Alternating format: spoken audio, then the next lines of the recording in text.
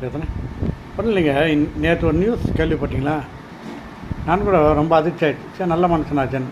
இந்த சிலோனில் சாகுல் அமீத் லலிதாவின் பாட்டுக்கு பாட்டு, ஏன்னா நம்மலாம் 80ல் ரொம்ப அதெல்லாம் ஃபேமஸ். அதை போட்டு அவருடைய தமிழ் ரொம்ப நல்லாயிருக்கும்.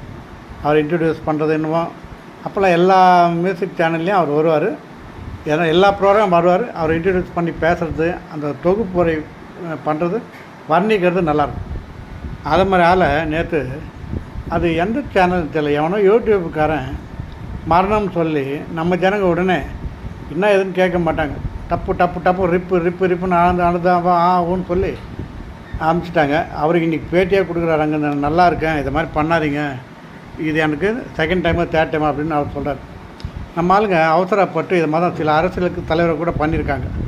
ஆனால் எது ஒன்றும் நம்ம கரெக்டாக விசாரிச்சுட்டு நம்ம சொல்லணும். ஓகே.